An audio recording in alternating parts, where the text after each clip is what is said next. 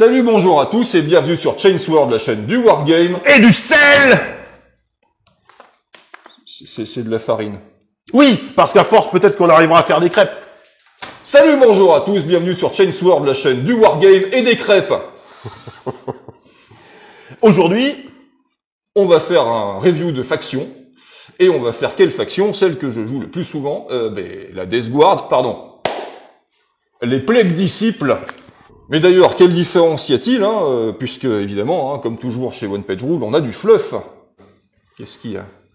je sais pas, est-ce qu'on s'en foutrait pas un peu du fluff comme d'hab, quoi? Oui, c'est évidemment qu'on s'en fout, mais c'est pas pour autant qu'on va pas en parler, parce que si c'est inutile, c'est que c'est indispensable. Bon, mais on t'écoute alors. Le fluff, eh bien, il était une fois des Battle Brothers qui s'est retrouvés coincés au fin fond de la pampa, proche de Sirius, tout seul, abandonné, désespéré et malheureux. Et il s'avère que les quatre dieux du chaos, de la destruction, du ravage, les quatre dieux du ravage, leur ont fait un deal en disant « Mais si vous nous priez, les gars, on va vous donner des super pouvoirs. » Et les mecs ont dit « Mais c'est trop bien, on veut des super pouvoirs. » Donc, ni une ni deux, les les Battle Brothers décident de trahir le créateur et de prier les dieux du ravage. Le fondateur. Voilà, le fondateur, de prier les dieux du ravage, alors qu'ils sont au nombre de 4. Quelle surprise! Il y a donc le dieu de la guerre qui te permet de faire mieux la bagarre. La bagarre! Le dieu du changement qui te permet d'être plus difficile à toucher parce que pourquoi pas. Voilà. Le dieu de la luxure qui fait que tu cours plus vite parce que en fait tu vas chercher à avoir des rapports dans les fesses de gens qui sont pas forcément d'accord avec toi et donc courir plus vite ça peut être un avantage. C'est honteux ce que je viens de dire. Oui, mais c'est tellement la vérité. Restons factuels, Et enfin, nous avons celui qui nous intéresse aujourd'hui, le dieu de la peste, qui te rend plus fort parce que tu es malade, parce qu'il est bien connu qu'avec 40 degrés de fièvre, tu es beaucoup plus endurant. C'est connu. Donc voici le fluff des Plague Brothers, des Plague Disciples, ce ne sont plus des Brothers maintenant.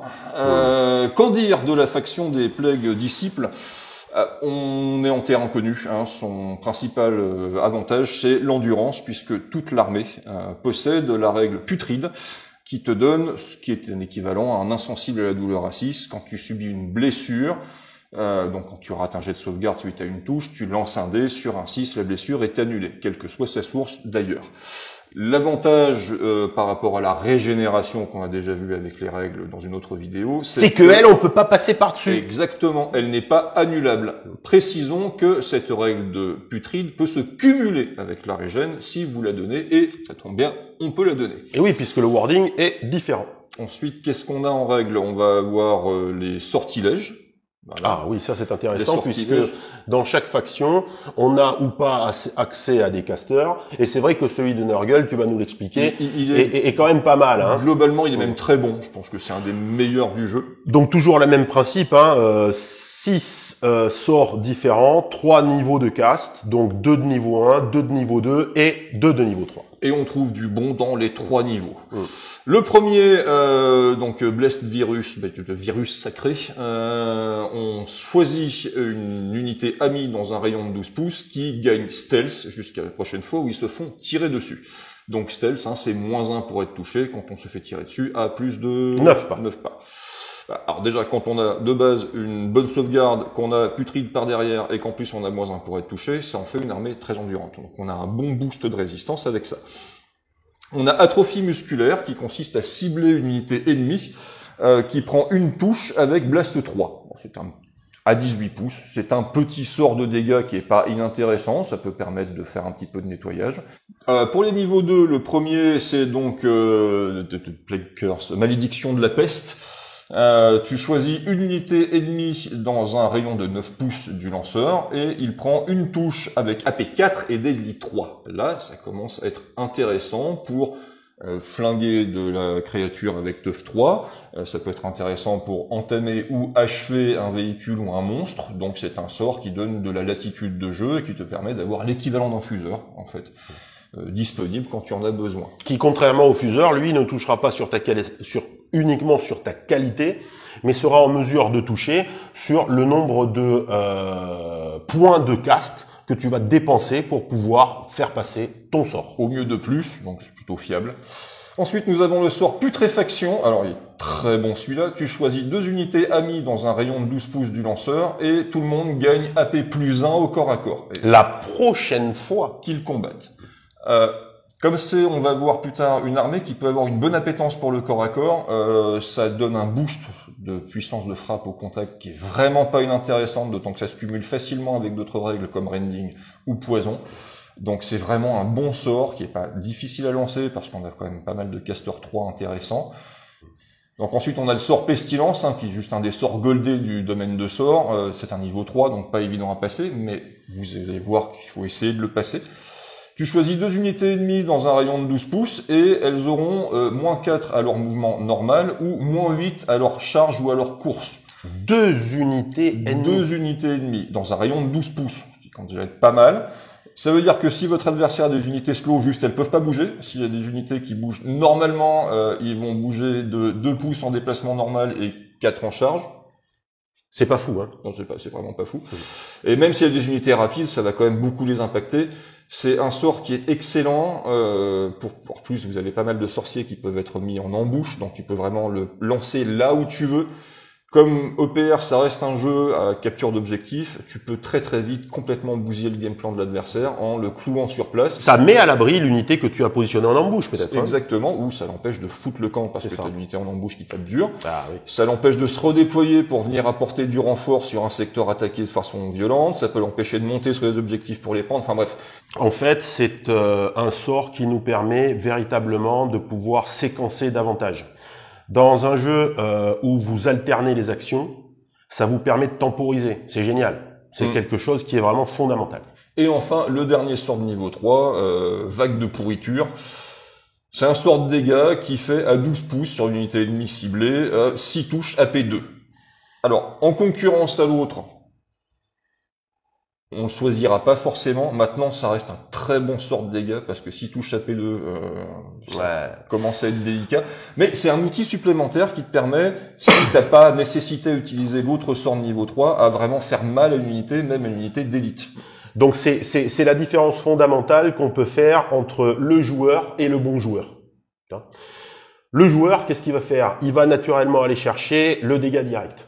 Alors que le bon joueur, lui, il va pouvoir séquencer en se disant, voilà, je vais t'empêcher de bouger 2 unités, donc je vais pouvoir agir avec la première unité que j'ai activée pour gérer une de tes unités, sachant que l'autre, comme elle ne pourra de toute manière pas faire grand-chose, j'irai la gérer le tour d'après, où je me déploierai davantage, etc. C'est pour ça que, en termes de jeu, très concrètement, malgré le fait qu'ils soient tous les deux en caste 3, il y en a un qui est vraiment tellement au-dessus de l'autre. Ah oui, en première intention, tu joues Pestilence. Donc, on a le package complet. On a vraiment un panel de choix très vaste, et dont certains sorts sont quand même excellents. Donc, la magie, chez Nurgle, manger. C'est bon. Ah oui, bon. Non, il faut en manger. Hein. On attaque avec les unités. Donc, je te propose de commencer par les héros. Les héros, ils sont au nombre de 3. Donc on va voir d'abord le champion Destroyer, donc le champion Terminator, qui coûte un peu un bras et un œil, mais il les vaut. 155 points le bestiau. Alors comme tous les Terminators, il va avoir en bouche, ce qui est quand même très bien. Hero, Tough 6 et Putride, donc il encaisse pas mal. Et ensuite, on va avoir tous les boosts habituels des héros qui transfèrent également à leur unité. Alors, ce qu'il y a de bien chez Nurgle, c'est qu'on a un vaste choix. On en a 7. Et 7 est un bon chiffre. Je sais pas si c'est voulu, si c'est un petit clin d'œil, mais en tout cas, c'est fun. Donc, c'est une des factions, si c'est pas la faction, qui a le plus d'options de héros, et c'est vachement cool. Parce qu'on va voir, en plus, ça permet de structurer ton gameplay de façon très différente. C'est ça, parce qu'en fait, on pourrait avoir que 2 ou 3 entrées, c'est pas ça le plus important. C'est ce qu'on peut faire de ces entrées. Ça veut dire que si vous prenez une entrée avec un boost différent d'une autre, ça sera une entrée totalement différente. Donc même si le profil est identique, derrière, grâce à cette règle spécifique qui va s'apporter à lui et à son unité, on va lui faire des choses totalement différentes. On a Warchain pour 10 points qui donne Furious au héros et à l'unité qui le rejoint. Alors c'est très bien pour fiabiliser le corps à corps. Voilà, donc on peut le jouer, il n'y a aucun problème. Je le joue très fréquemment et on verra dans quelles conditions. On va avoir Plaguebringer, donc pour 25 points. Ring the bell! Voilà, et ben en fait, tu donnes plus de haut mouvement en avance et plus 4 en charge ou en course, ce qui rend ton unité fast. Ce qui rend quand même l'armée de malades rapide. Ah bah si tu veux avoir une armée qui court vite, tu peux. Pour 25 malheureux points. On va avoir donc Seigneur de la Peste, qui pour 30 points te donne bénédiction de la peste, qui te donne la régène, qui, rappelons-le, est cumulable avec Putride. Donc tu lances un dé, à 5+, tu ignores, et si tu rates ton jet, tu peux encore lancer un dé, à 6+, tu ignores. Ça commence à faire beaucoup de jets de dés, c'est un petit défaut. Reaper, Darksmith, bon, qui te permet sur un 2+, de remettre des 3 points de vie à une unité qui les a perdus, donc pour réparer un monstre, réparer un char. Donc forcément une unité avec teuf. Tout à fait, forcément une unité avec teuf. Évidemment, comme pour toutes les occurrences de la même règle, on ne peut pas relever un mort. Voilà. C'est peut-être la moins intéressante. Pas la moins chère. Non, parce que 35 points, ça commence à douiller un peu. Caster 2 pour 40 points, comme chez tout le monde, mais sauf que là on a un super bon domaine de sort, donc ça se réfléchit quand même. Ensuite, on va avoir Havoc Lord qui te permet d'avoir Dark Tactics, donc le fameux je désigne une unité amie à 12 pouces et elle fait 6 pas de mouvement gratuit hors phase, ce qui est un super outil de déplacement. Voilà, donc c'est très bien, ça permet de rendre ton armée encore plus rapide, ça permet de faire des tricks de mouvement chiants pour l'adversaire, de te redéployer, de mettre une unité à l'abri alors qu'elle vient de tirer, sur l'activation suivante, de faire... parce que tu préserves l'activation de l'unité tout en la faisant bouger. Et pour finir, pour 60 points, Caster 3, et on a toujours un très bon domaine de sort, et on a envie de passer ses sorts, donc si on doit mettre Caster, on le mettra plutôt sur du 3 quand même. Tant qu'à y être, c'est-à-dire, à un moment donné, c'est toujours la même histoire, quoi. Ah, ça c'est fort. Alors, donc qu'est-ce qu'on fait? Si c'est fort, on en met un petit peu parce que c'est fort, et on le met parce que voilà. Ou alors on en met beaucoup justement parce que c'est fort. C'est-à-dire, à un moment donné, si on compte sur le domaine de sort de Nurgle pour pouvoir exprimer la liste. D'autant que tu voudras passer le sort niveau 3 qui bloque le mouvement de l'adversaire, donc tu partiras sur Caster 3. Ensuite, qu'est-ce qu'on va avoir? On va avoir les options d'équipement, sachant que de base, le bonhomme est équipé de 2 griffes éclairs, donc 8 attaques rending, quand même. 8 attaques rending, ça commence à faire pas mal. Excuse-moi. Donc déjà de base, il est plutôt bien équipé. Tu peux l'équiper de... Alors, sur la review des Battle Brothers, on a passé notre temps à bâcher la tronche du marteau-tonnerre parce que c'est nul. Rappelons-le, ça fait entre 1 et 2 attaques Blast 3. Voilà. Là, on a un peu la même chose avec le fléau de la peste. On a 2 attaques, Blast 3, mais AP1 poison. C'est pas tout à fait la même chose que le marteau. Ah, c'est beaucoup mieux. Ah oui. C'est beaucoup mieux. Donc, ça s'envisage complètement. En plus, ça fait moins 20 points. Tu as tapé sur de la masse avec une faible sauvegarde, bah déjà, il se sauvegardera à 6, puis s'il fait un 6, il faudra qu'il le relance, donc il va mourir. Donc, c'est une bonne option. On va pas le répéter à chaque fois, mais grosso modo, le fléau de la peste, c'est juste un marteau-tonnerre en beaucoup, beaucoup mieux.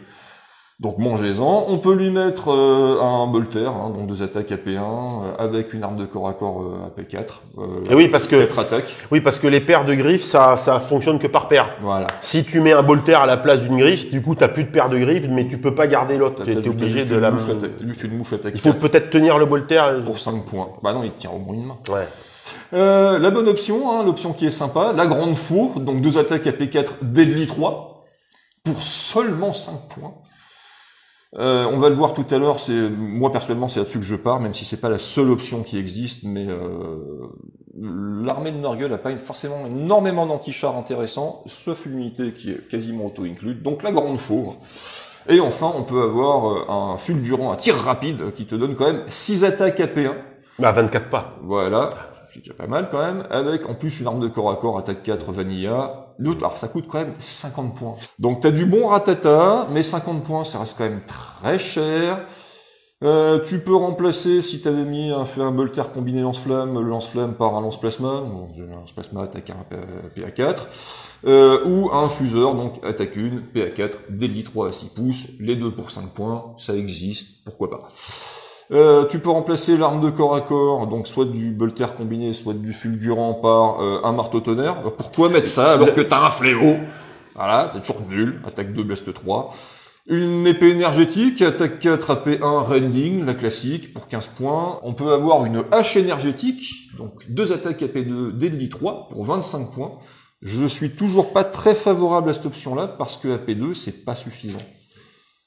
Qu'est-ce que tu vas aller chercher, pour moins cher, en plus, tu vas aller chercher une faux, parce que, toujours Deadly 3, mais AP4. Ouais, mais la faux, t'as plus l'attaque de tir. Ah, mon Dieu, c'est horrible. Ah, mais c'est vrai. On a viré... il y a plus la règle assaut. Mais quel dommage. On s'en fout, on va faire du corps à corps. Moralité, jouer avec les règles avancées. Voilà, donc jamais de la vie tu prends la hache énergétique. Si tu dois faire de l'anti-char avec ton type, tu mets une faux. Et pour finir, le gantelet, 4 attaques AP4, c'est viable, c'est intéressant, pourquoi pas. Pour 30 points, c'est cher. Donc il faut le combiner au point de l'arme combinée ou du fulgurant, enfin bref, ça commence à être très onéreux. Et on peut lui mettre vétéran pour 25 points, qui fait qu'il touche au tir ou au corps à corps à 2+. Personnellement, si je mets une faux, il faut qu'elle touche, donc je mets vétéran. 25 points. Il touche sur... Ouais, mais la faux est tellement pas chère. D'un autre côté, tu vas attaquer des gros trucs qui coûtent très cher. Ouais. Donc tu peux mettre tes 25 points pour être sûr que tu vas toucher sur du 2+. On va passer sur son petit frère, donc le Plague champion en armure énergétique, donc voilà, sans l'armure Terminator, donc il n'a pas en bouche. Hero Tough 3 putride, c'est simple.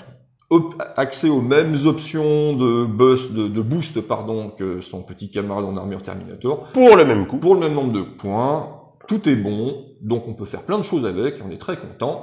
Il est équipé de base d'un Heavy Rifle de champion qui fait donc 2 tirs à P1 à 24 pouces et une arme de corps à corps qui parce qu'il a 4 attaques toutes nues. Qu'on peut remplacer par un pistolet et une arme de corps à corps. Voilà. Pour moins 10 points. Alors on va le voir, c'est intéressant pour remplacer l'arme de corps à corps par des armes spéciales. Ça peut être intéressant pour donner un boost à l'unité. On peut remplacer par des Dual Plague Weapons, donc des couteaux de la peste dans tous les sens, un dans chaque main. 4 attaques poison pour moins 10 points, c'est pas mal en vrai. Ah bon? Ou sinon, pour moins 5 points, 2 griffes éclairs, 4 attaques rending. Mais attends, dis-moi, ça veut dire que si tu l'équipes de poison, ça coûte moins cher que si tu l'équipais de rending. Ça nous dit que les développeurs, dans leur extrême clairvoyance, ont su reconnaître que rending était mieux que poison. Bien sûr, oui, de toute façon c'est factuel. Voilà. Tu peux remplacer son pistolet par un pistolet un petit pistolet lance-flamme, un lance-flamme de la peste. Voilà, une attaque Blast 3 fiable poison à 12 pouces. Bon, c'est un lance-flamme un peu amélioré. Bon. Un pistolet à plasma, un Heavy Rifle, donc une attaque AP1. Oui, mais il y a le fouch avec le lance-flamme en dessous, lance-flamme qu'on peut remplacer par un lance-plasma ou un fuseur à courte portée, donc comme toucher tout le monde. Voilà. Et on peut également remplacer par un lance-plasma, donc quand même 2 tirs à P4 à 24 pouces, plutôt pas mal. Et un fulgurant. Pour 45 points, c'est cher, mais dans l'optique d'une unité full ratata, c'est un boost en puissance de feu je le fais très souvent, mais c'est plutôt propre. Voilà, ça fait beaucoup de ratata et c'est bien. On peut remplacer les armes de corps à corps par le marteau tonnerre, c'est toujours pas bien. Une épée de la peste, donc 2 attaques AP1 poison. Là, en vrai, c'est pas mal. Parce que la combinaison AP1 poison fait que ça devient très ronge-tête pour tout ce qui est sauvegarde à 5 ou moins.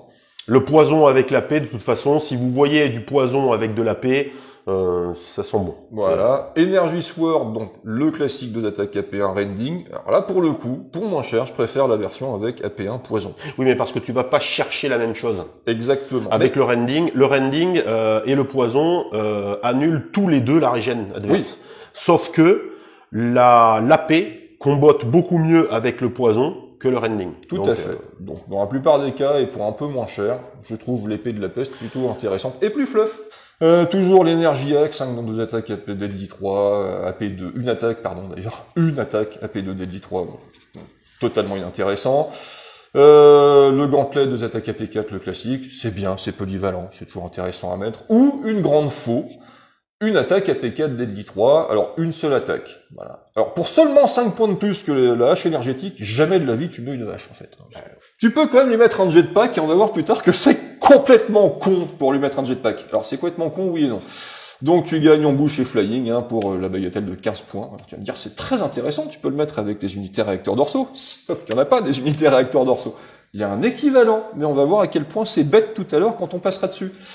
Et tu peux lui mettre... Restez avec nous jusqu'à tout à l'heure. De toute façon, personne ne va zapper. Et tu peux lui mettre une moto, parce que oui, à EPR, tu peux mettre des motards de la Death Guard, et c'est plutôt cool. Voilà. Et 85 points pour gagner Tough plus 3. Fast. Voilà, et 2 tirs de ratata à P1. Bon, c'est un petit peu cher. fast, ring the bell. Ah oui, non, mais là, tu peux avoir des motos qui sont super fast, hein, qui bougent à 20 pouces et tout le tracapouette, hein. C'est bien, voilà. Et tu peux lui mettre Chosen Vétéran pour plus 20 points. C'est moins utile que pour la version en Terminator. Puisqu'il a moins d'attaque. Voilà, mais s'il te reste 20 points, ça se discute. Et enfin, nous avons le dernier, parce qu'il n'y a que 3 héros, et c'est bien, au moins ça évite les prises de tête pour le choisir, qui est le champion cultiste, donc 35 points, c'est vraiment pas cher, 5+, c'est vraiment pas bien. Mais c'est pas pour ça qu'on vient le chercher. Et non, Hero, Teuf 3, Putride. Eh ben, c'est le même syndrome, je trouve, que pour le petit champion gobelin chez les orques. C'est pas lui qui va améliorer le commandement d'une unité, c'est pas lui qui va améliorer sa létalité. Par contre, certains buffs peuvent être intéressants à lui mettre dessus, notamment Castor 3. Voilà, parce que du coup, t'as un Castor 3 vraiment pas cher. Oui, parce que les buffs sont strictement toujours les mêmes, au même coût. Et il en sort aussi bien qu'un champion normal. Et tu peux aussi, je le fais assez régulièrement, lui mettre Dark Tactics pour pouvoir le promener en solo, sur la table, tout seul, pas d'unité autour, voilà, ou tu peux éventuellement mettre des gardes du corps, mais il est plus mobile tout seul, pour pouvoir se promener sur le champ de bataille, et soit te lancer les sorts dont tu as besoin, ou tu en as besoin, soit te lancer le 6 pas de mouvement gratuit hors phase, sur l'unité dont tu as besoin. Donc en petit solo, ça peut être très intéressant. Avec Dark Tactics, on se retrouve avec une figurine, une unité de une figurine, qui coûte moins de 100 points, et sur laquelle l'adversaire va se retrouver la plupart du temps à faire de l'overkill, avec des unités qui, elles, coûtent beaucoup plus de 100 points. Ouais, ben après, il a des options, on peut lui mettre un pistolet, on peut lui mettre des armes de corps à corps, c'est sur la fiche d'unité. Sa qualité de 5+, fait que... bon, voilà. C'est pas vraiment intéressant de cramer des points pour ça. Vous le mettez tout nu. Vous lui mettez un pistolet parce que ça fait moins 5 points. Donc, voilà, de toute façon, il fera rien ni au tir ni au corps à corps. Donc, autant qu'il coûte le moins cher possible. Donc, les champions, bien. On a ce qu'il faut. On a un gros ton, un petit ton et un petit satellite qui s'amuse à faire des trucs. On peut passer donc maintenant sur les unités de base. Les unités. Les plagues zombies. Y a débat. J'entends beaucoup de gens qui disent les plagues zombies c'est pas bien, moi j'en mets jamais, c'est pas une bonne unité, ils vont pas vite, ils font que dalle. La question à se poser dans ce genre de réflexion, c'est toujours pourquoi on les met. Pourquoi c'est nul? Ben, parce que le mec ne joue pas de la façon idéale pour pouvoir les exploiter au mieux. Parce qu'effectivement, 95 points pour du 5+, 6+, 2 attaques par tête de pipe, sans rending, sans poison, sans que dalle, sans AP. En plus, ils sont slow. Voilà. Vous allez me dire, effectivement, c'est pas une bonne unité, hein. Ils feront rien au corps à corps. En plus, ils y arriveront jamais. Mais, c'est-à-dire, on s'en fout, en fait. Ils sont pas là pour combattre. Ce qui est intéressant, c'est d'abord qu'ils ont la règle mort-vivant. Voilà. Donc, le moral, ils s'en foutent. C'est comme Robot, c'est comme Adrénaline, c'est comme toutes ces règles-là, voilà. Donc, pour résumer, hein, s'ils ratent un test de morale, ils en rateront souvent, parce qu'il y a qualité 5+, tu lances un dé pour chaque point de vie qui reste dans l'unité, sur 1, 2 ou 3, tu perds un point de vie, donc une figurine, parce que c'est une figurine mono PV, sur 4, 5 ou 6, tout se passe bien. Donc, quand tu dois faire un test de co et que tu le rates, tu perds grosso modo la moitié de ce qui reste. Mais, comme tu t'en fous complètement, puisqu'ils sont là pour absorber les attaques de l'adversaire, capturer des objectifs et les garder, mais tant qu'il reste un mec vivant, ils gagnent l'objectif. Ils peuvent toujours tenir l'objectif ou le contester, et tant qu'il reste un mec vivant, ils peuvent toujours encaisser une charge. Voilà. Vous allez me dire, ouais, mais pour prendre l'objectif, ils sont slow, c'est nul. Oui, sauf qu'ils ont pas d'arme de tir, donc en fait, tu cours tout le temps. Donc en fait, ils font 8 pouces à chaque tour. Alors, oui, c'est pas rapide, mais c'est pas si lent que ça non plus. Donc, des zombies, j'en mets toujours au moins 20, souvent 30, c'est l'unité qui ne m'a jamais déçu. Ils ont toujours fait leur boulot. C'est un mur de viande ou des preneurs d'objectifs et ils le font très bien. Et pour ça, 95 points, c'est pas cher. C'est bien. C'est vraiment pas cher. Ensuite, on a les plagues cultistes. Alors là, par contre, j'en ai jamais joué et ils me donnent pas envie. 135 points pour 10, 5+, garde impériale. De base, ils ont une arme de corps à corps, ou une attaque à 24 pouces, sans AP, sans rien, hein, touche à 5+. Alors on peut leur mettre des pistolets et des armes de corps à corps à la place, ce qui en plus baisse même pas leur coût en points.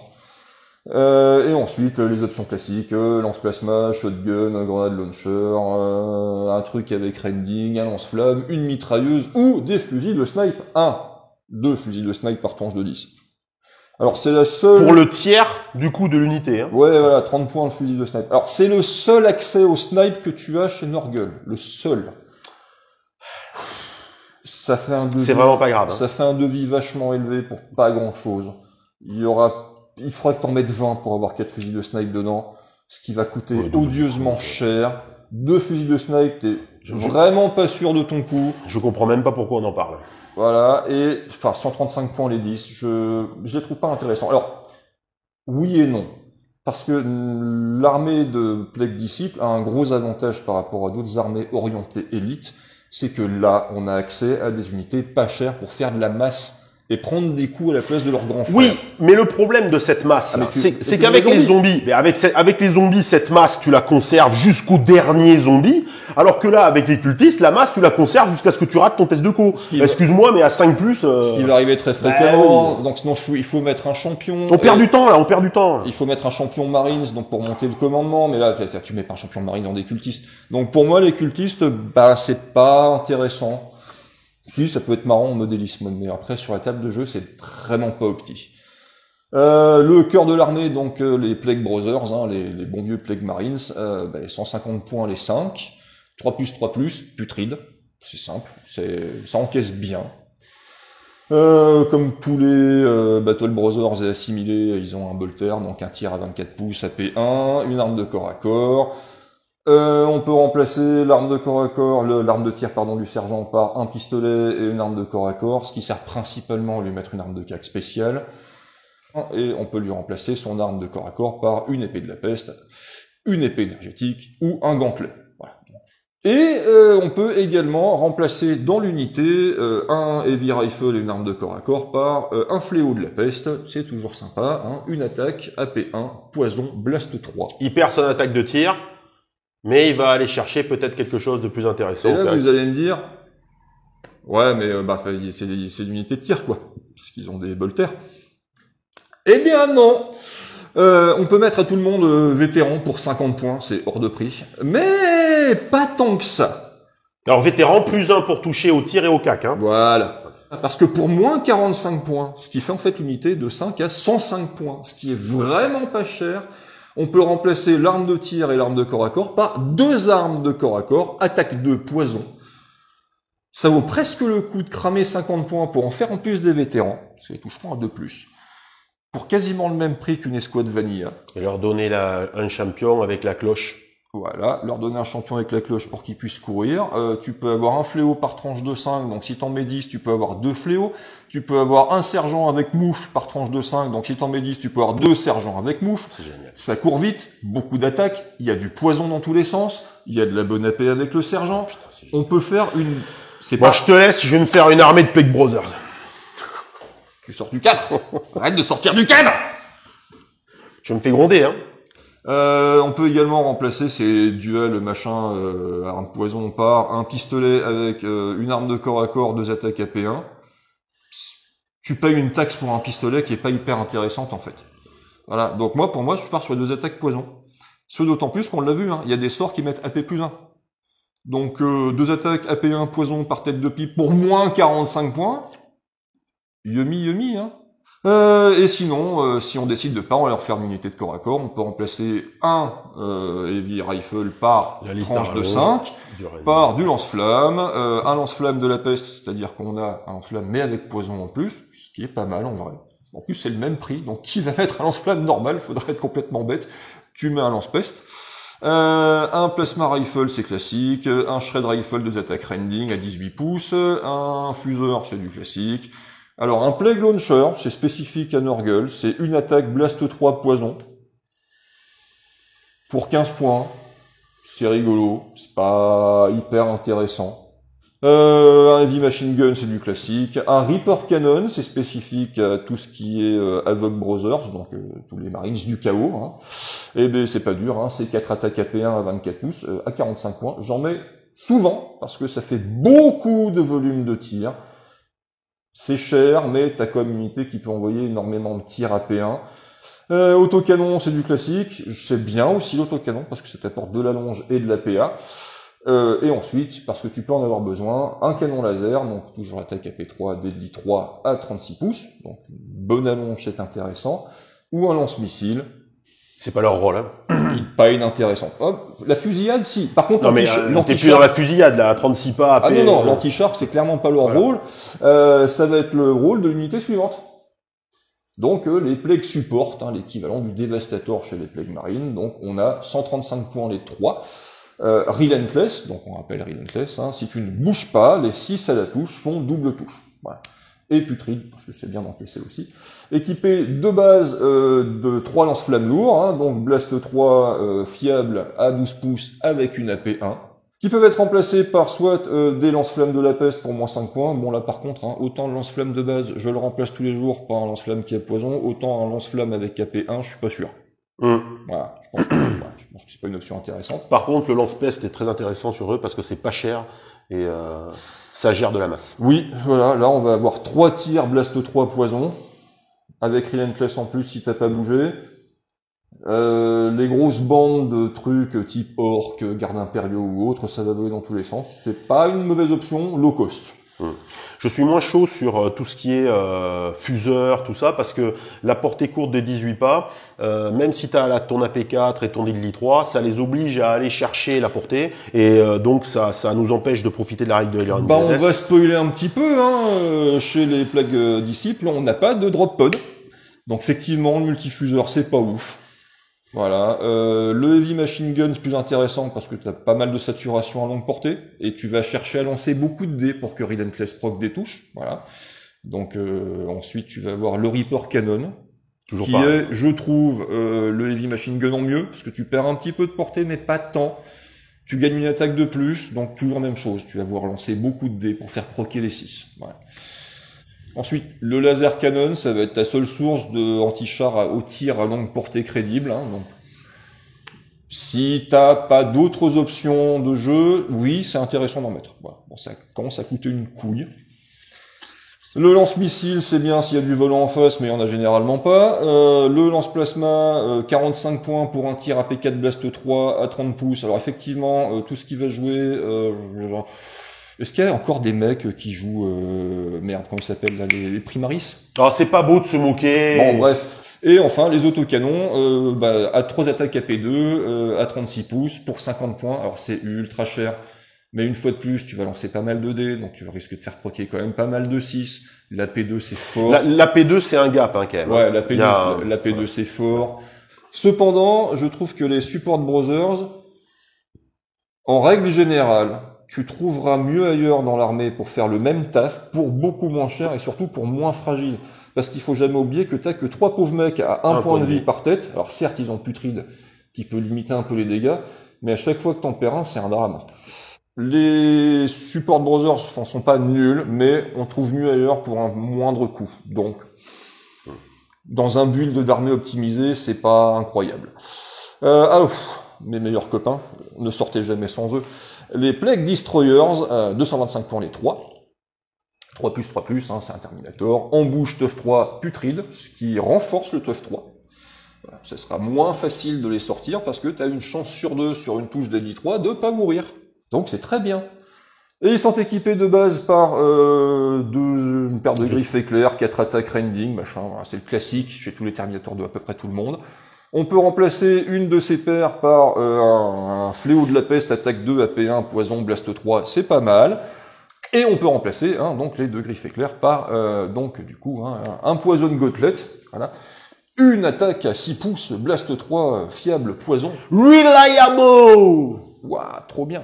Mais surtout, en package avec votre micro lance-flamme, vous avez la grande faux, donc une attaque AP4 Deadly 3.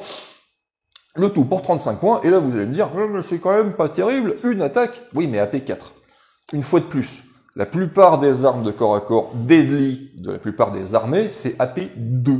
Ce qui est nul. AP4, c'est très bon.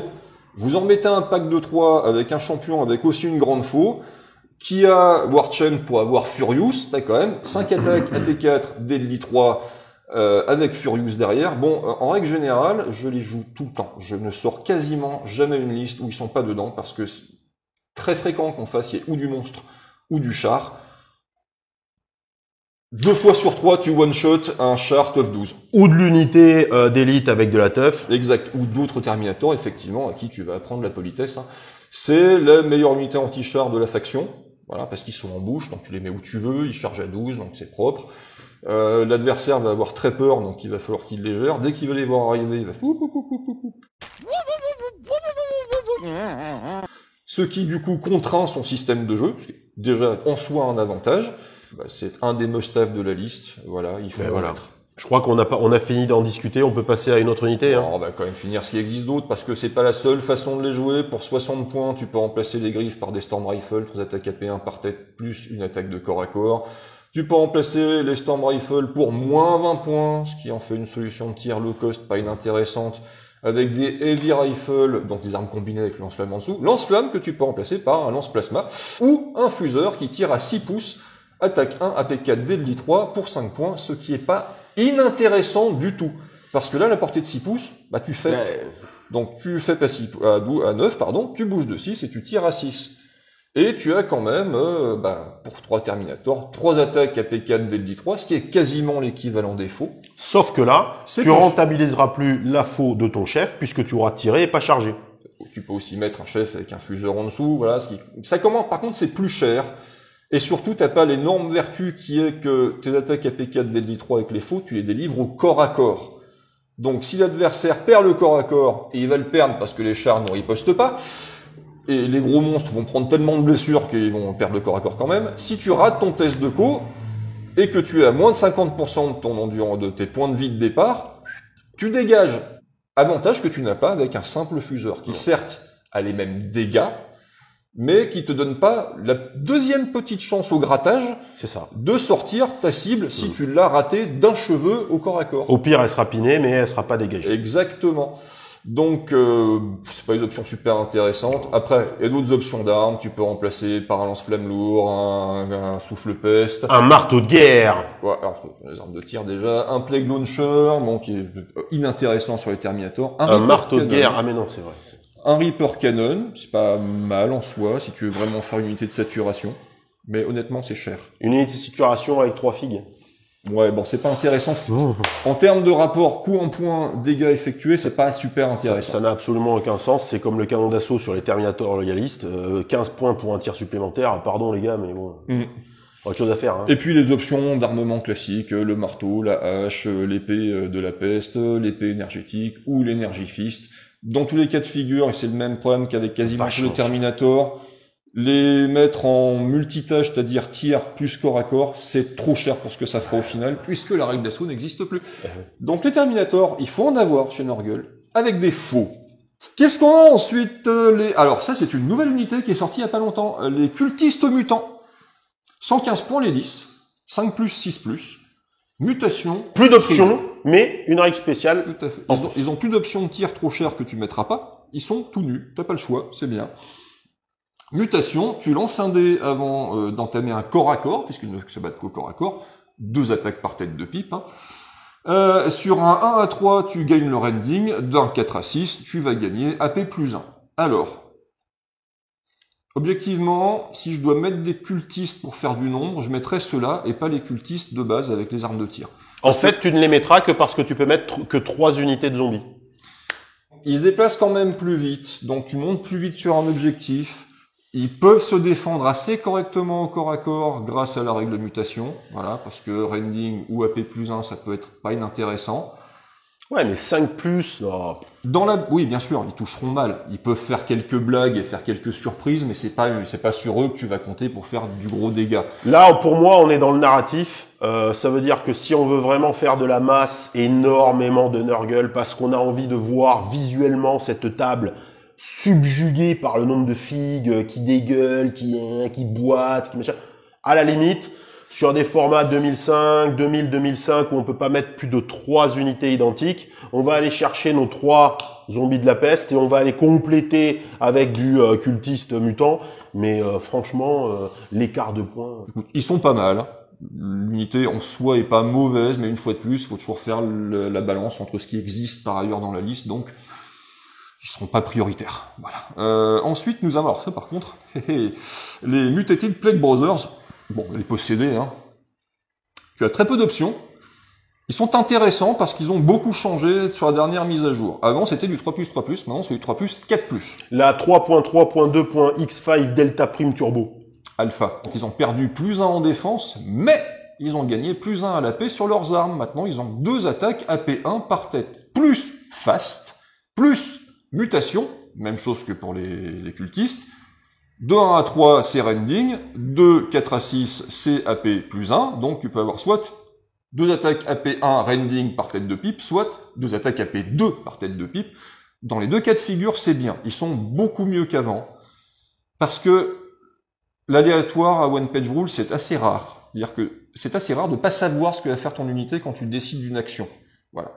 Là, t'as une inconnue qui est, est-ce que je vais avoir rending ou est-ce que je vais avoir AP +1? Dans certains cas, tu préféreras rending, dans d'autres cas, tu préféreras AP +1. Mais t'es pas sûr d'avoir ce que tu veux au moment où tu le veux. Moi, je préférerais de toute façon toujours le rending dès lors que j'ai cette AP. Parce que l'AP2, le rending est tellement fort que tu vas tomber sur des unités. C'est du one-shot. Le Plague Brothers, maintenant, depuis qu'il a perdu 1 en défense, c'est du one-shot. D'accord? Donc ça veut dire quoi? Ça veut dire que quand il arrive, il faut qu'il fasse son boulot. Donc pour qu'il fasse son boulot, il faut que le mec en face, ben, il ait plus grand chose pour y poster, quoi. Hein. Et son boulot, lui, il peut le faire qu'au cac. Donc ça implique quoi? Ça implique que s'il y a de la régène en face, je suis emmerdé. Alors que là, si je chope rending, bah t'es moins emmerdé. Ben, ça fait lancer un dé de moins à l'adversaire. Mais c'est qu'une chance sur 2. Bon, Ce qui rend, voilà, ils sont un peu aléatoires. Alors, ils sont pas très chers, 150 points les 5 pour leur ligne. Alors non, c'est pas vrai. Ça sera 175 points les 5. Oui, mais on va y venir parce qu'il y a plein de trucs à dire. Mais globalement, ils sont quand même beaucoup mieux qu'avant. Honnêtement, avoir perdu 1 en défense pour gagner cet AP1, c'est une bonne chose. Et bien sûr, on peut leur mettre pour 25 points les 5 les ailes qui leur font ambush flying. Donc les mecs sont fast ambush flying. C'est génial. Ce qui tactiquement les rend extrêmement flexibles, hein, parce qu'ils chargent à 16 pouces. Quand même. Et j'irais presque jusqu'à dire inévitable. Oui. Tu y charges à 16 pouces, donc ça commence à être loin comme charge, et comme ils ont flying, ils ignorent tous les terrains. Donc, basiquement, n'est pas con, tu vas le faire mettre en embouche derrière une ruine, là où l'adversaire pourra pas tirer dessus. Donc une ruine de plusieurs étages. Tu seras pas contraint à l'activer en premier, et ensuite, tu pourras jaillir de derrière ta ruine en mesurant en ligne droite pour attaquer à peu près qui tu veux. Jaillir, c'est un mot que t'aimes bien. Hein. Non, parce que là, on fait une review Nurgle, on fait pas une review Slaanesh. Ah. Voilà. Et d'ailleurs, ça aurait été Slaanesh, on aurait plus dit gicler que jaillir. D'ailleurs, on coupera ça au montage. C'est dégueulasse, j'ai une image. Donc, c'est une bonne unité, parce qu'elle est extrêmement mobile, que tu peux la faire attaquer où tu veux, qu'elle a un impact assez important. Alors après, elle est un peu fragile, mais c'est pas grave, t'es censé impacter et embarquer ce que tu as attaqué. Mais elle a un gros défaut, qui est que tu te dis, j'aimerais bien la fiabiliser un petit peu. Est-ce que j'y mettrais pas un perso avec Warchain pour lui donner Furious? Et puis ça tombe bien, dites donc, les persos ont accès aux réacteurs dorsaux, et c'est génial! Et que c'est la seule unité volante de l'armée. C'est trop bien, mettons un perso dedans. Sauf que si tu fais ça, tu perds fast. Parce que le perso, lui, il est pas fast nativement, et que son réacteur dorsal lui donne que flying. Donc, tu chargeras plus qu'à 12 pouces, donc tu perds beaucoup en flex. Alors, tu gagnes pas mal en impact, on est d'accord. Hein. Par contre, tu perds beaucoup en flexibilité de mouvement, ce qui est leur principal point fort. 16 pouces et 12 pouces, c'est pas la même chose sur une table de jeu. Là, tu vas me dire, mais c'est pas grave, mettons Ring the Bell, comme ça, du coup, tout le monde sera fast. Ouais, sauf que c'est complètement con de payer pour juste annuler un malus que tu t'es auto-infligé. Non, très clairement, depuis la perte de 1 point en défense, il faut qu'ils y arrivent. Oui. Il faut qu'ils y arrivent pour percuter. Ensuite, nous avons les Greater Plague Mutated, qui sont... mais cet accent, c'est génial. Greater Plague Mutated. Non, il n'y en a pas des pas de... Non, pas si. Mais ils sont 3 pourtant. Hein. Oui, ils sont 3. 235 points. Les 3. Alors. 9 PEV. Honnêtement, si vous faites un calcul tout bête, ils ont par tête de pipe 4 attaques AP1. Ils ont aussi la règle mutation, donc possibilité d'avoir soit aléatoirement rending, soit AP2. Voilà. Ils sont fast comme les autres, mais eux ne peuvent pas voler. En même temps, ils ont un gros cul, c'est normal. T'imagines les ailes qu'ils feraient pour faire voler des espèces de green mutés. Bref. Beau projet de modélisme. Ça pourrait être fun, mais du coup, comme il n'y a pas la règle, on s'en fout. Honnêtement, je les trouve pas très intéressant. Parce que Non, c'est naze, ça vaut pas le coup. En plus, comme ils ont pas flying, ils ont pas non plus strider, c'est tout pourri. L'avantage de l'unité avec flying, c'est l'embouche qui te permet d'aller te positionner à l'abri en attendant de réaliser ton activation qui fracasse. Là, tu peux pas. non. Ils sont obligés d'avancer. Sauf si tu veux mettre en place une menace pour dire attention, quand ils vont arriver, ça va faire bobo, donc il faut que tu les gères. Et pendant ce temps-là, tu t'occupes de la table ou tu te positionnes différemment à côté. Mais pour moi, on perd du temps en en parlant. Alors d'autant plus que si on fait des maths, hein, ils ont à beaucoup de points égaux, ils font moins de dégâts que leurs petits camarades parce qu'ils ont les mêmes profils d'attaque, mais du coup à 235 points pour 9 attaques, pour 12 attaques, pardon. Bref, c'est moins bien qu'en face, hein, voilà. Alors tu vas me dire, oui, mais alors c'est trop bien, il faut quand même enlever 3 points de vie. Ah, moi je te dirais pas que c'est trop bien là. Hein. Non, mais il faut quand même enlever, c'est très bien, il faut enlever 3 points de vie à un mec pour perdre 4 attaques, alors que les autres, t'enlèves 3 points de vie, bah t'en perds 6. Oui, forcément, puisque 2 attaques par tête. Ouais, sauf que du coup, bah c'est bien, le gars en face qui a des armes Deadly 3, il saura quoi en faire. c'est ça, exactement. Donc pas très intéressant, pas injouable, qu'on se comprenne bien toujours, c'est pas une mauvaise unité, mais comparativement à leurs petits camarades volants. Ensuite, qu'est-ce qu'on a? Le Mutant Plague Destroyer. Bon, c'est un, comment ça s'appelle déjà ces conneries là, les gros trucs là, Les enfants du chaos? Non, c'est les minces, les Obliterators. Ah oui, exact, oui. Obliterators. Ah oui. On les a joués quoi? 3 fois, du coup on les joue plus, c'est ça? Ouais, alors 140 points à la tête, tout seul. Ouais, mais tough 6. 3 plus, 4 plus. Embouche, mutation, tough 6, putride. Alors en fait, c'est le grand frère dégénéré des autres. De base, il a 6 attaques AP1, alors qu'il combine avec mutation, comme pour tous les autres possédés. Il est pas fast. Bon, il est en bouche. Mais non, on s'en fout, parce que les autres aussi, si tu leur mets les ailes, et je te signale que la Tough 6 avec 6 attaques, ça fait strictement une attaque par point de vie, alors que les autres en ont une de plus. Non, mais on perd du temps. Et défense 4, c'est complètement pas assez, parce que tu vas l'envoyer au charbon. Ah, il va impacter un truc, avec seulement 6 attaques, il fera pas grand chose, et après il va se faire buter comme un chien. Bon, voilà. Tu peux quand même remplacer les donc 6 attaques AP1 avec mutation par 3 attaques AP1, toujours avec mutation, et un ratata qui fait 6 attaques AP1 à 24 pouces pour plus 60 points, ça fait 200 points le merdier. On rappellera que malheureusement, la règle spéciale de mutation qui s'applique au profil de l'unité ne concerne que les attaques de corps à corps. Ah bah heureusement. Non, mais sinon on aurait pu en parler. Oui, mais là, non. On parle d'autre chose du coup. Non, mais sérieusement. 200 points le mec qui...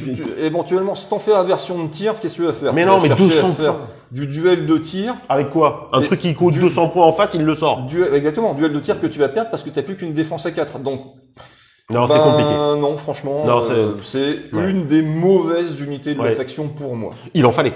Il en fallait. Il y en a pas qu'une unité mauvaise. Hein, mais... Bon, les Plague Bikers.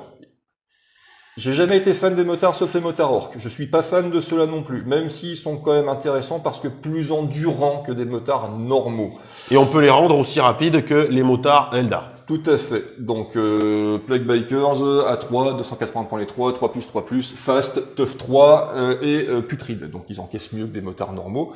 Tu peux effectivement leur foutre un perso avec Ring the Bell pour qu'ils soient super fast, donc bouge à 10, charge à 20. Attention, ils ne seront toujours pas Strider. Non. Ça veut dire qu'ils seront toujours soumis aux aléas du terrain. Exactement. Voilà. C'est important de... Hein, voilà. On s'envole, on s'excite, mais bon... Donc du coup, on va avoir 2 Twin Heavy Rifle, je vais y arriver, 2 attaques AP1 à 24 pouces, plus un pistolet, une attaque AP1 à 12 pouces, plus une arme de corps à corps, 2 attaques au cac par tête de pipe. Ce qui fait sur le groupe, hein, on a 6 attaques AP1 à 24 pouces, plus les pistolets. On peut quand même équiper un sergent comme tous les sergents de français de Navarre, on va pas la refaire, donc on peut lui mettre des armes de corps à corps. Alors non, c'est du secteur Sirius apparemment, parce que... Pardon. Du secteur Sirius et du secteur Oméga, hein, on va pas la refaire. Donc Plex Sword, machin, pistolet plasma, du classique. On peut remplacer également, là il va falloir descendre en revanche. La souris est là pour ceux qui l'auraient pas remarqué. Hein. Oui, la souris est là. Je vais pas mettre ma main là parce qu'elle est sur son genou. Parce qu'on fait pas une review Slanesh. Pas encore. Et on peut remplacer quand même le pistolet du sergent par un heavy rifle. Ah, pardon, on peut remplacer tous les pistolets par des heavy rifles, ce qui fait 3 tirs à 24 pouces AP1 par mec. Donc 9 pour l'unité entière. Mais c'est incroyable. Ça sature pas trop mal. Et on peut remplacer un Heavy Rifle par un lance-flamme, un lance-plasma ou un fuseur. Je sais pas vous, mais moi j'ai l'impression qu'il a l'air convaincu. Non, je suis pas convaincu. Les motards servent à la même chose que dans toutes les armées. Ils cherchent à aller chercher de l'objectif. Ils cherchent. Si ils peuvent en plus se défendre un petit peu, là en l'occurrence ils se défendront par de la saturation au tir. Le corps à corps, clairement, tu vas pas aller le chercher parce que c'est cher et que de toute façon ils ont pas assez d'attaque pour être rentables. Voilà. Et que eux, contrairement aux Plague Brothers à pied, ont pas l'option d'avoir 2 armes de corps à corps. Il faut une main pour le guidon. C'est fou. Voilà. Ça serait trop bien, ils sont en train de rouler comme ça et tout. Ça m'arrive de faire des films dans ma tête, désolé. C'est pas nécessairement acheté maintenant. Une fois de plus, il y a mieux. Voilà. Et maintenant, on va attaquer les véhicules slash monstres. Et le slash est important.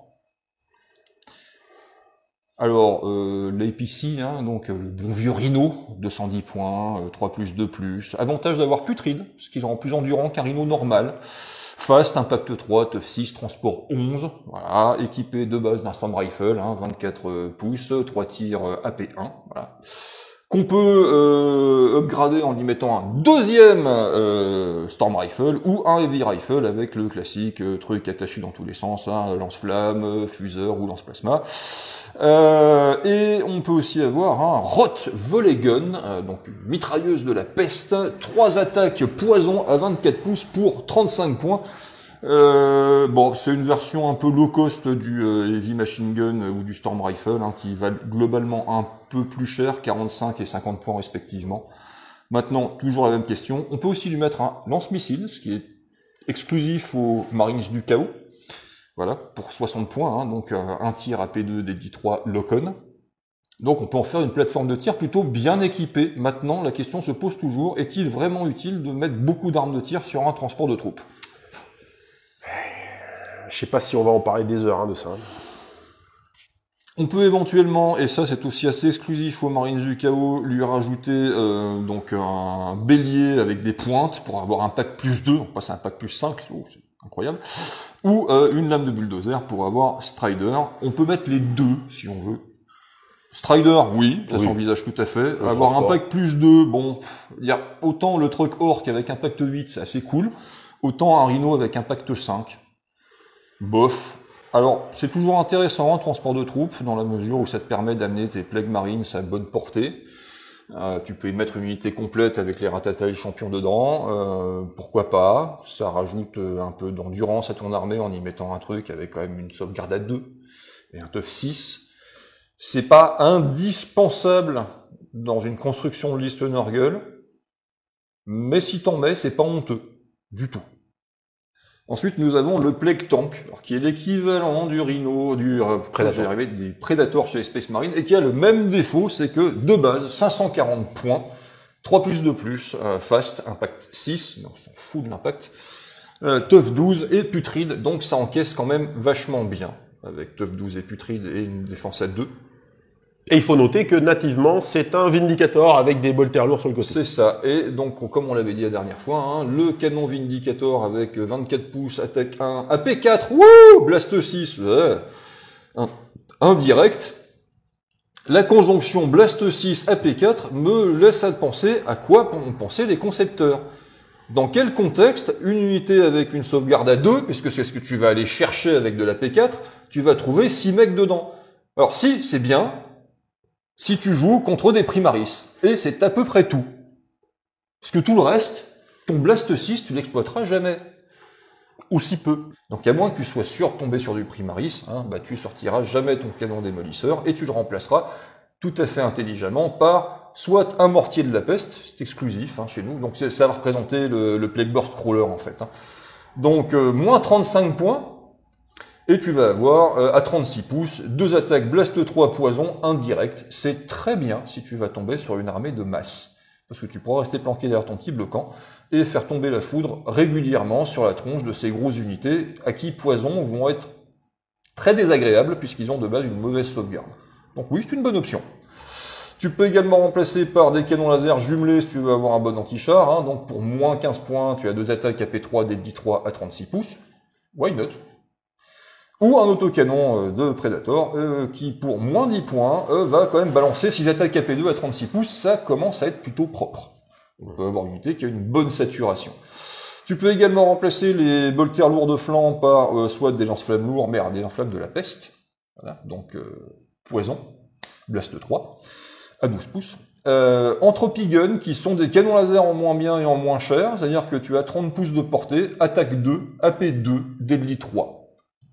Si t'es en galère de points, pourquoi pas. Et c'est quand même 35 points de moins que les canons laser qu'on peut trouver juste en dessous, qui ont quand même une AP supérieure et une portée supérieure. Mais il y a quand même 35 points d'écart. Ouais, mais quand tu regardes le tweet combo, là, de dire, bon, ok, allez, je vais aller chercher de la masse. Et je vais me planquer derrière un bloquant, histoire de pouvoir profiter de mon indirect. C'est quand même une unité, si je vais aller chercher le Twin Plex Prayer à moins 55 points, plus le mortier de la peste à moins 35 points, ça fait une unité qui coûte 90 points de moins. Donc, au lieu de coûter 540 points, elle va coûter 450 points. Je suis navré, mais à 450 points, contre de la masse, ça demeure trop cher. En plus, tu peux le rendre encore plus cher en lui mettant pour 25 points un heavy rifle encore avec l'attachement en dessous pour mettre du plasma, du machin, du truc. Tu peux aussi lui mettre encore le Rod Volley Gun pour 35 points pour gagner 3 attaques poison. 35 points pour 3 attaques poison, c'est délirant au niveau du tarif. Encore plus cher, 45 points pour avoir un Storm Rifle, 3 attaques AP1. Ou encore plus cher pour une Heavy Machine Gun pour toujours 3 attaques AP1 mais à 30 pouces. Ou encore plus cher en lui mettant un lance-missile pour 60 bordel de putain de points pour avoir un pauvre tir à P2 Deadly 3 Locon. Et si c'était encore pas assez cher, hein, tu peux pour plus 5 points remplacer le lance-flamme en dessous du merdier, enfin bon voilà. Et tu peux aussi lui mettre, pareil, une lame de bulldozer pour gagner Strider, ce qui ne te servira à rien si tu pars sur l'option tir indirect. Voilà. Ce qui te servira pas à grand chose non plus si tu pars sur l'option anti-char à longue portée, parce que ta portée te préservera de la nécessité à devoir manœuvrer pour te mettre en ligne de vue, machin. Pas hyper utile. Et quant au truc qui donne impact plus 2, comment cramer 10 points pour rien? Parce que, genre, tu vas faire de l'impact avec un char qui crame dans les 600 points, hein, juste pour aller faire, ouh là mon dieu, et puis 8 touches d'impact. Et puis de toute façon, si tu lui mets des attaques de tir, le fait que tu aies envie de te déplacer pour aller chercher des lignes de vue, tu vas devoir te déplacer et pas aller vite. Donc tu vas bouger de 6 pas. Oh, de 8, parce que c'est fast. Ouais, mais bon, tu bougeras de 6 pas au lieu de 8 pas. Le bulldozer n'est pas... Ouais, non, voilà. Mais bon, voilà, toujours pareil, c'est le même problème que pour tous les chars Space Marine, c'est super cher. Alors encore plus cher, hein, le plug Heavy Tank, hein, donc le Land Raider, hein, 875 points, on va passer assez vite dessus. Hein, de base, il y a 4 canons laser... de Twin Heavy Machine Gun, Transport 11, TOF 18, Putride, le truc est indestructible, Impact 9, oh mon dieu, ça sert à rien. Fast, tant qu'à faire. Et après, toutes les options, voilà, qui sont grosso modo les mêmes que sur le Predator. Tu vas avoir le même problème que le Predator, mais multiplié par 2 parce qu'il est encore plus cher. Alors oui, ça fait un chausson increvable. Maintenant, que tu joueras pas à moins de 3000 points. Maintenant, paye tes charentaises en or massif avec des diamants dessus, hein, parce qu'il y a aucun moment où c'est rentable de mettre des Marines dedans, vu le prix que ça coûte. Voilà, c'est un bonus si tu le prends. En plus, tu pourras mettre des Marines dedans, mais te dis pas, ah, je vais le prendre pour y mettre des Marines, c'est n'importe quoi. Donc, on l'avait déjà dit pour les Battle Brothers, c'est presque le titan de la faction, même s'il y en a un vrai, mais à petit format, déjà, ça passe pas. Et à gros format, en face, le mec va avoir de quoi le gérer. Donc, bof. Le Plague Drone, ce fut, jusqu'à début d'année, la meilleure unité du jeu pour moi. Pas loin. Voilà. Parce qu'on rappelle, hein, le Plague Drone à l'époque, hein, avec la version tondeuse, hein, voilà, te foutait 12 attaques rending dans la tronche, plus impact 6. Il coûtait pas très cher. Avec son fast. Il est fast, il est strider, il est putride. Alors, nativement, les machines démons ont putride et régénération, ce qui les rend quand même très endurantes et très ronge-tête pour l'adversaire, parce que tu fais souvent bonk dessus et que c'est chiant. Il était extraordinairement trop bon. Voilà, il fallait le nerfer, parce que c'était débile. J'en jouais toujours 2. Je me tâtais à en faire un troisième tellement c'était con. Ils l'ont beaucoup nerfé. La version de base n'a plus qu'un Impact 2 et plus un Impact 6. Presque trop. De base, il est équipé avec 2 lance-flammes de la peste, hein, donc 2 attaques à 12 pouces, Blast 3, poison fiable. Pour 200 points, c'est pas incroyable, mais ça te permet d'aller à la chasse à l'objectif, parce que de toute façon, maintenant, il est fait pour ça. C'est une unité d'impact. C'est une unité de chasse qui va se promener en solo pour aller harceler à droite à gauche, pour aller zigouiller quelques imprudents qui se sont trouvés un peu excentrés, pour aller choper de l'objectif, le tenir parce qu'il encaisse bien les coups. Donc pour 200 points, tactiquement parlant, c'est un outil intéressant. Si tu le remplaces ces 2 lance-flammes latéraux là par la tondeuse, maintenant on n'a plus que 6 attaques rending. On a divisé par 2 en fait la létalité au pour cas. 5 points. C'est pas inutile. Je préfère la version lance-flamme maintenant que la version tondeuse. Voilà. Mais ça se discute. Et on peut aussi lui mettre un truc qui fait un Heavy Plague Launchers, qui fait à 30 pouces, 2 attaques, Blast 3, poison. Pour 20 points, c'est beaucoup trop cher.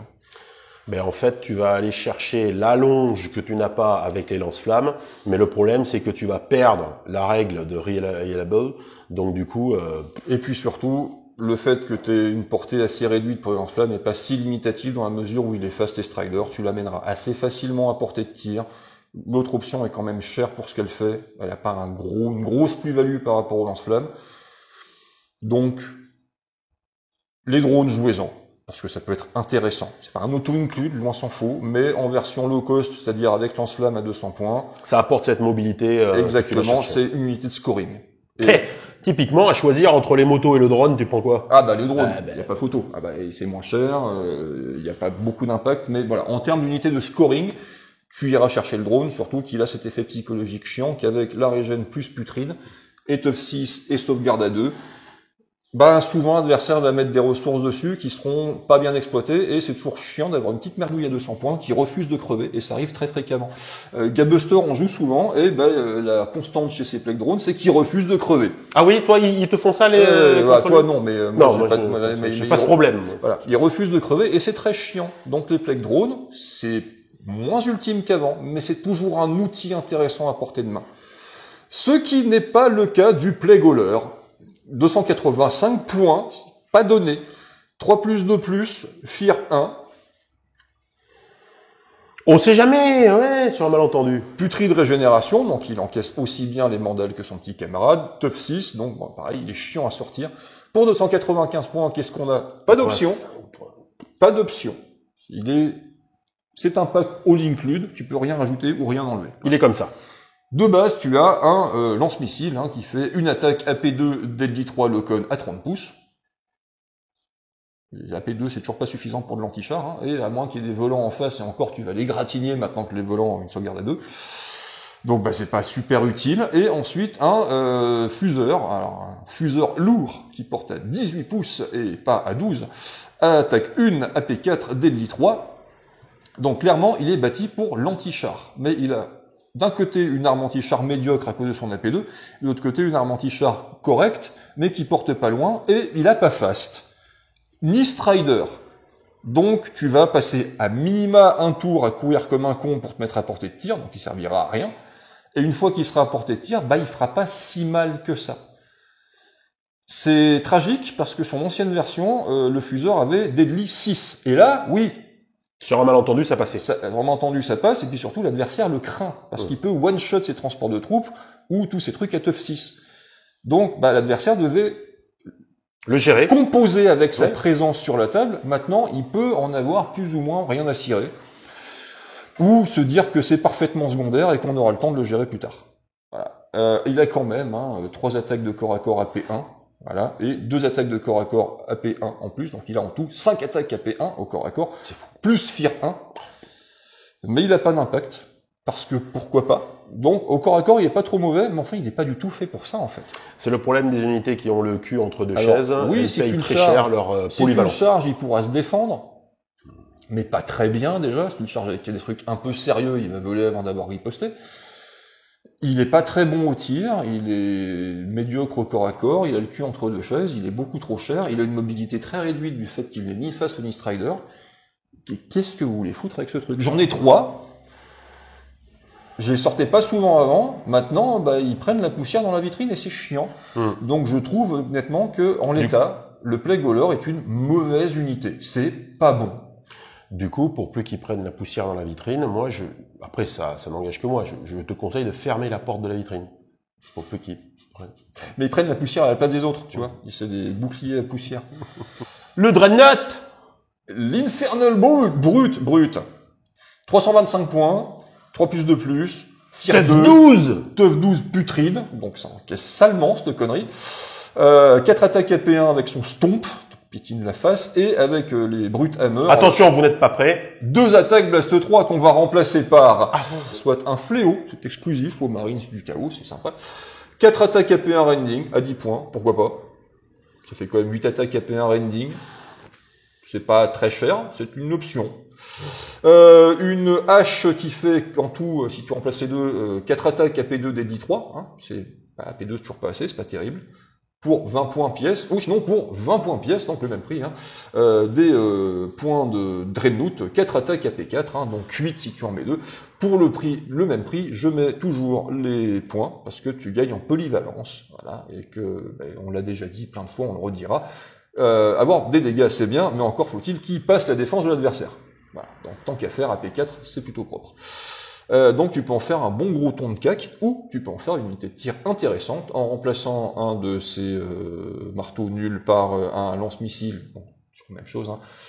Alors 4 attaques AP2 Locon, 80 points. C'est cher. C'est cher. C'est bien, mais c'est cher. Mais autant un tir AP2 Locon, bof. 4 tirs AP2 Locon. À 30 pas. À 30 pas. Bon, déjà, s'il y a des avions en face, ils vont quand même beaucoup moins faire les malins parce que là, ça passe.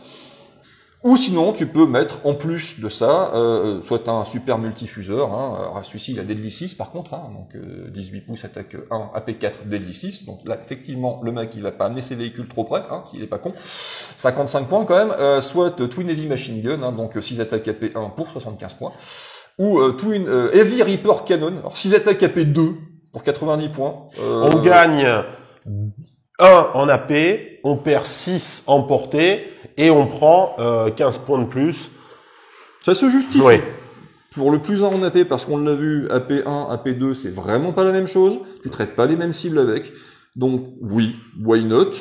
Heavy Plasma Cannon, 1 tir AP4, Blast 6. Pourquoi Blast 6 avec une AP4? Mettez-moi 2 tirs, Blast 3. 95 points. Hein. C'est idiot. 95 points, c'est trop cher, et puis tu le mettras jamais. Parce qu'une fois de plus, tu gères de la masse ou tu gères de l'élite? Choisis. Et sinon, Twin Laser Cannon, 2 attaques AP3 Deadly 3 pour 115 points, ce qui en fait une plateforme anti-char intéressante, mais coûteuse, mais quand même moins coûteuse que le Predator. Donc, si tu vas faire de l'anti-char de tir, tu le mettras plutôt sur ton Dreadnought. Mais dans tous les cas de figure, c'est pas hyper intéressant. Alors, après, en anti-char, il se débrouille, hein. 2 attaques de canon laser plus 4 de lance-missiles, ça commence à pas trop rigoler. Mais ça commence à être très cher aussi. Donc, on va dépasser les 500 points, donc. Voilà. Ce qui restera toujours moins cher que le Predator.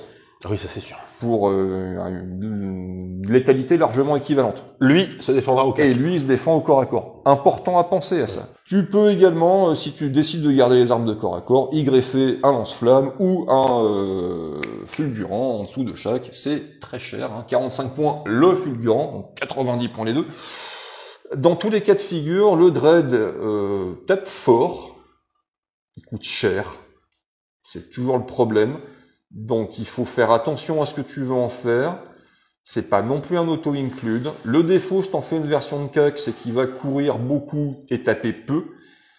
Tu peux, comme chez les Space Marines, envisager un build Dreadnought, parce qu'effectivement, au corps à corps, ils envoient du bois, en couplant ça avec Dark Tactics, qui te permet ce fameux mouvement de 6 pouces surface, qui te permet de mieux projeter ton Dreadnought, et de faire des mauvaises surprises au mec qui va se dire, bah, je suis à 13 pouces, je risque rien, bouge pas. Voilà. Mais,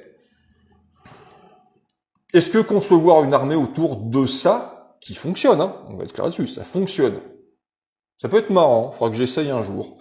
Je suis pas sûr que ce soit la construction liste la plus optique si on part sur de l'optimisation. Voilà. Mais ça se joue. Et enfin, nous avons, alors lui par contre, il est très yum, le Plague Fiend, donc Ferocentorus ou Ferocerberus, mais pourri. 3 plus 2 plus, Fear 2, pourquoi pas. Régénération, putride, donc il combine les deux, parce que c'est une machine démon.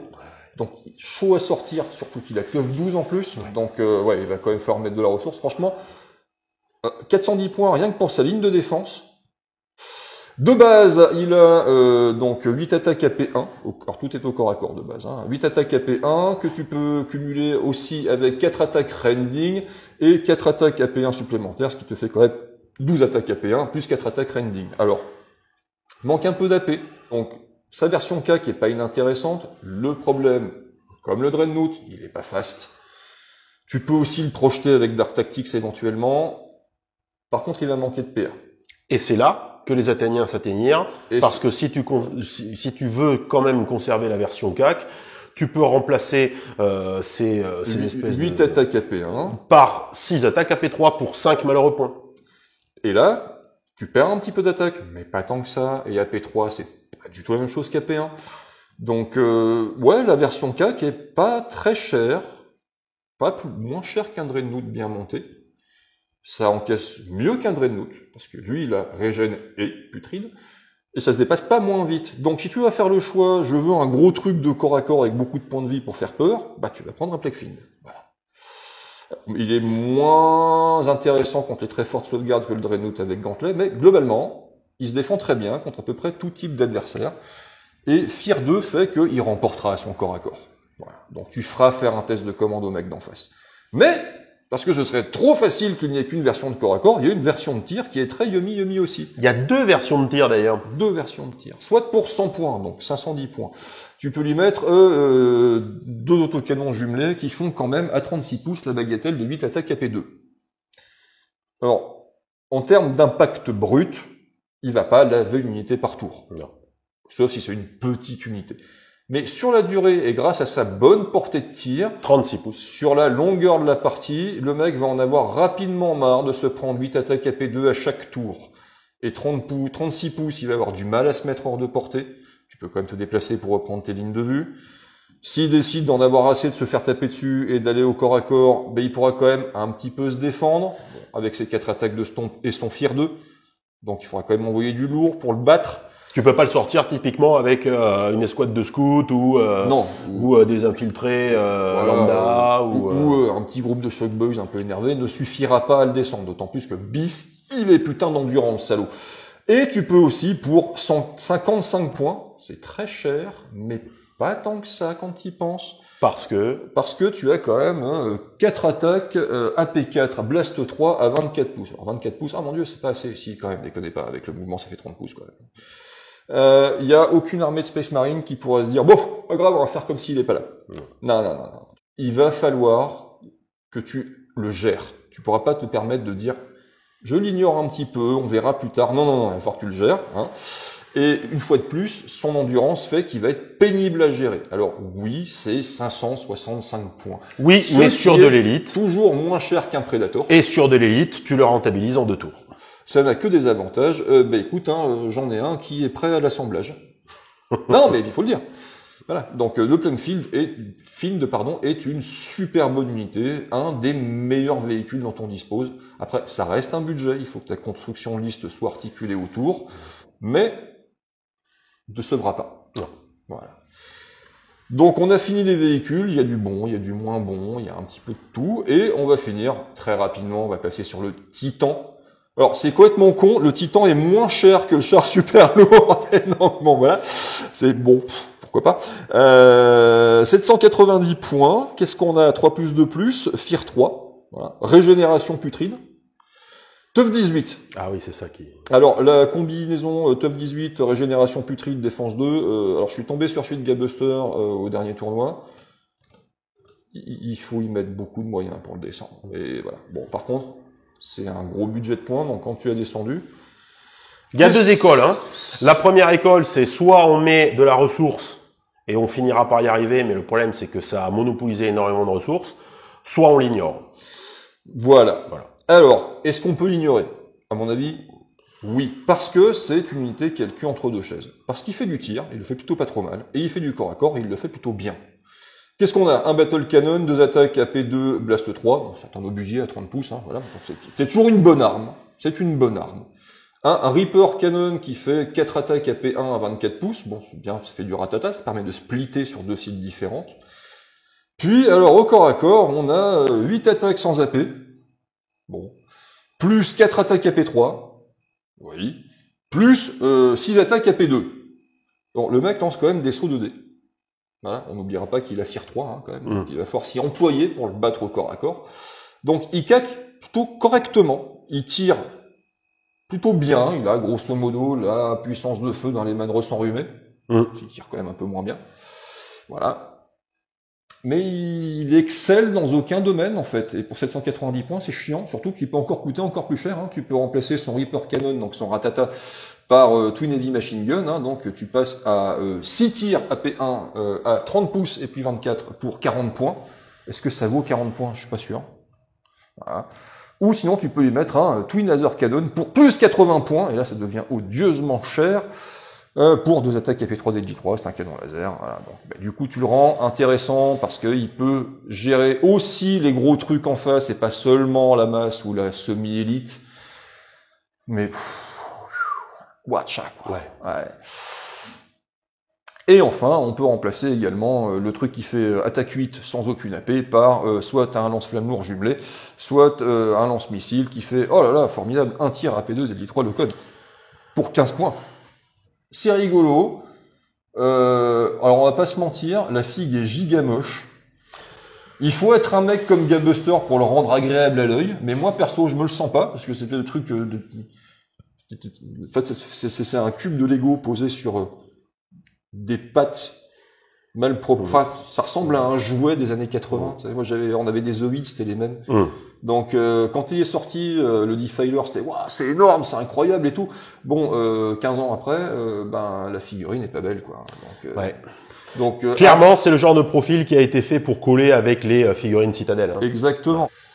Donc voilà, et ben on a fait le tour. Ah pardon, putain, les volants. Ah oui, oui.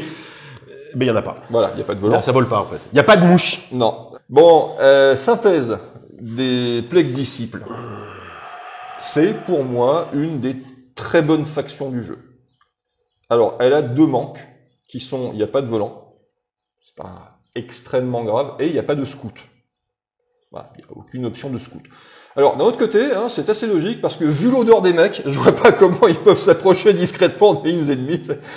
Qui a chié derrière un arbre? Ah bah c'est pas moi, il doit se passer un truc, allons voir. Donc il n'y a pas de scout. Bon, en même temps, tu as d'autres options de mobilité qui font que, alors oui, scout est un outil tactique utile.